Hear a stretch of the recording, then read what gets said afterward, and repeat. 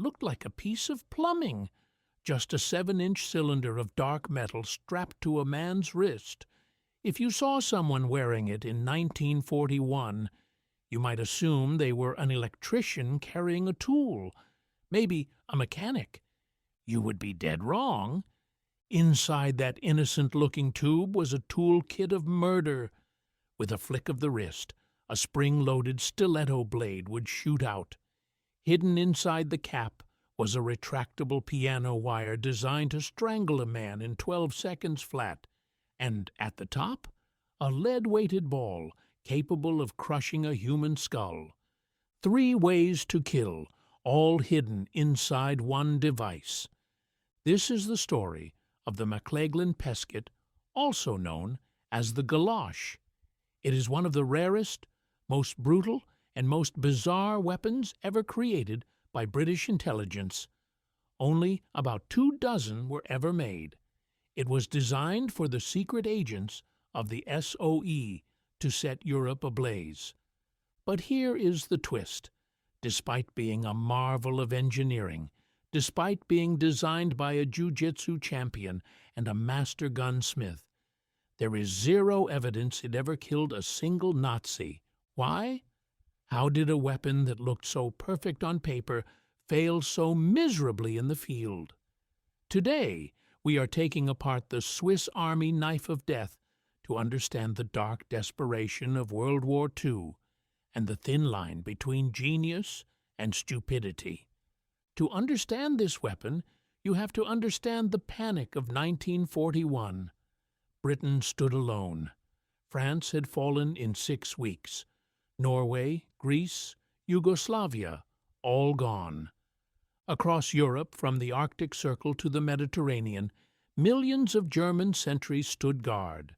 Every bridge, every railway, every radar station was watched. Winston Churchill had created the SOE, the Special Operations Executive, with one order: set Europe ablaze. But you can't set a fire if you get caught lighting the match. The biggest problem facing a saboteur wasn't the tank or the airplane. It was the sentry. Think about it.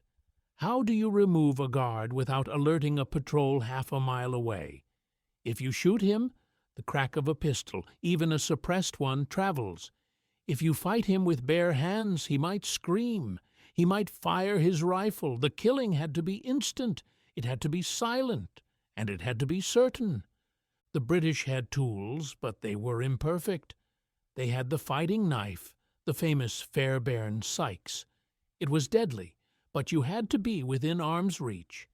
If the guard turned around, you were in a knife fight against a man with a bayonet. They had the garrote, a wire loop, perfect for silence, but if you fumbled the wire or stepped on a twig, you were holding a piece of string while a German soldier aimed a Mauser at your chest. And they had the Kosh, a lead weight to knock people out. But a blow to the head is unpredictable. Hit him too light, he shouts. Hit him wrong, he groans. Agents were carrying all 3. A knife on the belt, a wire in the pocket, a club up the sleeve. But in the dark, in the rain, fumbling for the right tool cost precious seconds, and seconds meant death. British intelligence needed a solution. They needed one weapon that could do it all. And to build it, they turned to one of the strangest partnerships in military history. Enter Sidney Temple, Leopold McLaglin. If you looked at his resume, he was a warrior. Born in 1884, he claimed to have fought in the Boer War. He called himself the World Jiu-Jitsu Champion. He wrote combat manuals on bayonet fighting. But if you looked closer, Sidney was a bit of a rogue. His brother was Victor McLaglin, a famous Hollywood actor who won an Oscar for The Informer. While Victor was conquering the silver screen, Sidney was conquering the truth. His own brother called him an imposter. Historians call him a constant liar. Yet, somehow, this self-promoting martial artist convinced the British military to give him a commission as a lieutenant in the Royal Naval Volunteer Reserve. He had the ideas for killing, but he didn't have the technical skill to build the machine. For that, he needed John Edward Pescott. Pescott was the opposite of McLaglin. He was the managing director of Cogswell and Harrison, one of London's most prestigious gunmakers, established in 1770. These were men who built shotguns for aristocrats. They understood precision engineering. So, you have the liar and the craftsman, the Hollywood brother and the gunsmith. Together, in a secret workshop, they filed patent number G, B559747A. The patent title was dry: Improvements in or relating to close combat weapons. But the drawing showed a nightmare, a device that combined the blunt force of a club, the strangulation of a garrote, and the penetration of a dagger. They called it the McLaglin Pescott. History would call it the ultimate failure. Let's break down exactly how this thing worked. Imagine we are holding one right now. It's heavy, about 500 to 600 grams. It's finished in dark parkerized steel, so it won't reflect moonlight. It straps to your forearm, hidden under your jacket sleeve. Feature 1, the Galosh. At the top of the cylinder is a heavy ball made of cast lead and steel. The theory was simple leverage. Because the ball is at the end of the metal tube, when you swing your arm, the force is multiplied. It was designed to shatter bone with a short, sharp swing. Feature 2, the garrote. This is where it gets complicated. That lead ball, it rotates. Inside the tube there is a spool wound with 24 inches of high-tensile piano wire. To use it, you loosen a set screw, pull the wire out by a finger ring, and lock it. Piano wire was chosen because it doesn't stretch. It bites instantly into the neck. After the deed was done, you rotated the ball to wind the wire back inside. Feature 3, the stiletto. This was the masterpiece of the design, a 5.5-inch spike-shaped blade nested inside the hollow body. The deployment mechanism was gravity-assisted. You press a spring-loaded button on the side, point your arm down, and shake your wrist. Click! The blade slides out and locks. No fumbling. Even if your hands were wet, cold, or covered in blood, gravity would do the work. On paper, it was perfect. You approach a sentry from behind. You try to garrote him. If he turns, you slash him with the blade. If he falls but is still moving, you finish him with the lead ball.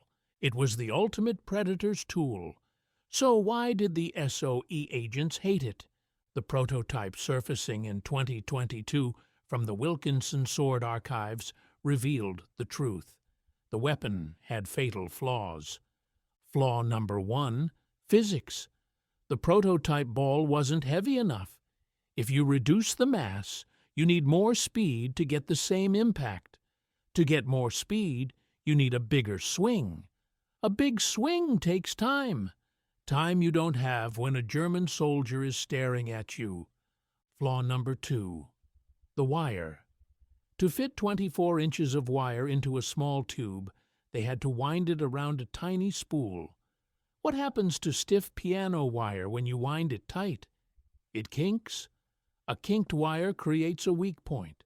Imagine being behind enemy lines, pulling the wire tight around a guard's neck, and, snap, the wire breaks. Now you are unarmed, and the guard is very angry. Flaw number 3, the competition. By the time the McLaglin Pescott was ready in 1944, the British agents already had tools they trusted. They had the Fairbairn Sykes knife. It was simple. It didn't have springs to break. It didn't have wire to snap. It just worked. They had the Welrod pistol, the quietest gun ever made, which sounded softer than a car door closing. And there was a darker reason for rejecting it. If an agent was caught with a fighting knife, They could claim they were a standard soldier, but if the Gestapo caught you wearing a complex, spring-loaded, wrist-mounted assassination machine, that screams secret agent. That guarantees torture. Most historians agree. There is no evidence this weapon was ever used in combat. It was an elegant theory that failed the reality test. When the war ended, the McLaglin Peskets vanished. Sidney McLaglin died in 1951, largely forgotten, his name overshadowed by his famous brother. Cogswell and Harrison went back to making hunting shotguns. Today, these devices are the holy grail for collectors. Because only 24 were made, they sell for over $7,500 at auction. They sit in museums like the Imperial War Museum, silent witnesses to a secret war. It's easy to laugh at it now, the clumsy Swiss Army knife of death. But this weapon represents something important. It represents creative desperation. When the world was burning, when the Nazis controlled Europe, British engineers were willing to try anything. Exploding rats, coal bombs, and yes, a pipe strapped to the wrist with 3 ways to kill. It may never have taken a life, but it proves just how far they were willing to go to save one. If you enjoyed this deep dive into the weirdest weapons of World War II, make sure to check out our video on the Well Rod pistol, the gun that actually worked. Thanks for watching.